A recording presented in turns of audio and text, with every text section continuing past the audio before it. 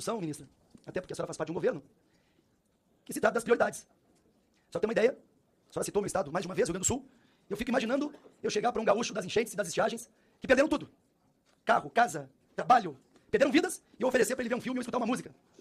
Eu queria verificar se a prioridade deste governo em dar 15 bilhões para a cultura e tirar 6 bilhões dos idosos, que ontem o ministro Lupe, nesta sabatina, não conseguiu responder.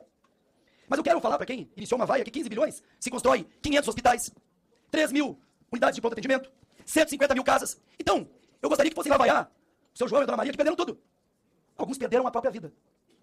Eu, antes de peça teatral, a gente precisa de alimento, antes de cinema, de casa, antes de filme, emprego, antes de mostrar aqui uma palestra, eu acho que a gente poderia ter prioridade nos gastos. Só isso. Então, antes de falar, é contra, é a favor, fiquem sabendo que a cultura é muito importante, mas dentro da vida temos prioridade. Então, vamos cantar uma música lá pro pessoal que perdeu a vida, ou que perdeu tudo, para ver se eles pensam da mesma maneira que Vossa Excelência.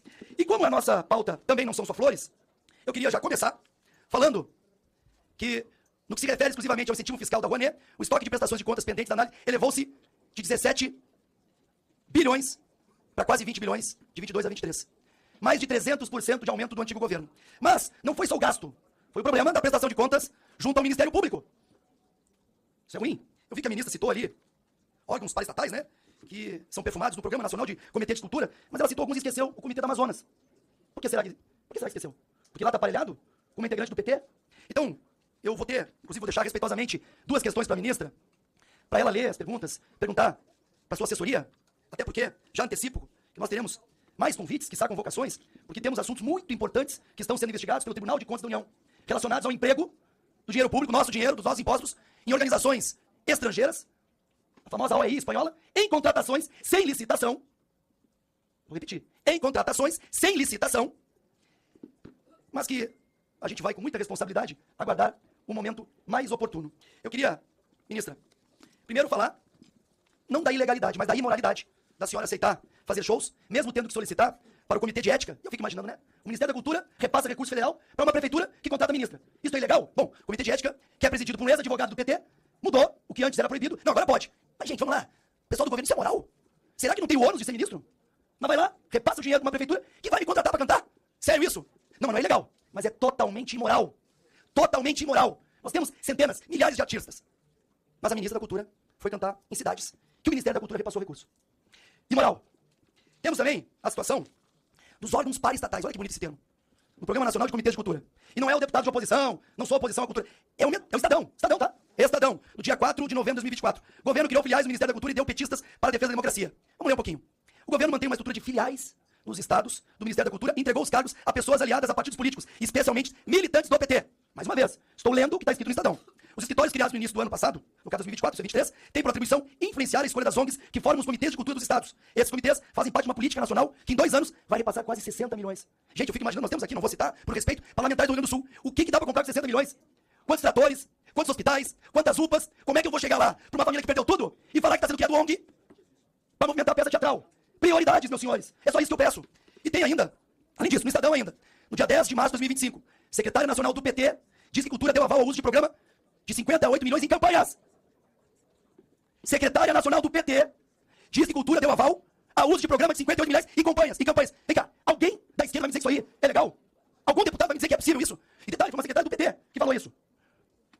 Comitês de cultura criados pela ministra da Cultura Margarete Menezes foram usados para eleger aliados em 2024, com o aval da cúpula da pasta e que quem foi para a frente da prisão precisa ser atendido diferenciado na hora da parte boa.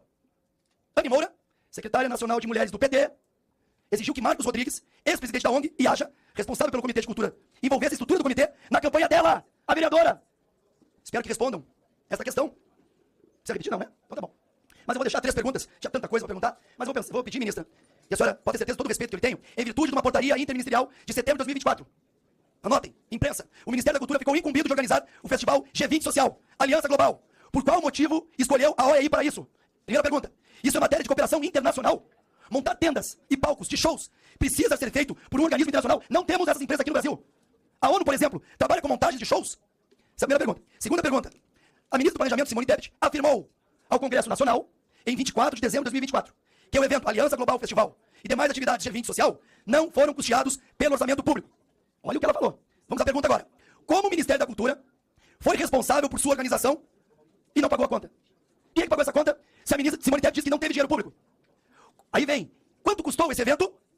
Onde estão os documentos fiscais? Porque só tem uma alternativa. Essa OEI, essa empresa espanhola. E meus senhores e minhas senhoras, gravem o que eu vou dizer. A OEI ainda vai ter muito o que falar aqui dentro, hein? Não é só o TCU que está investigando.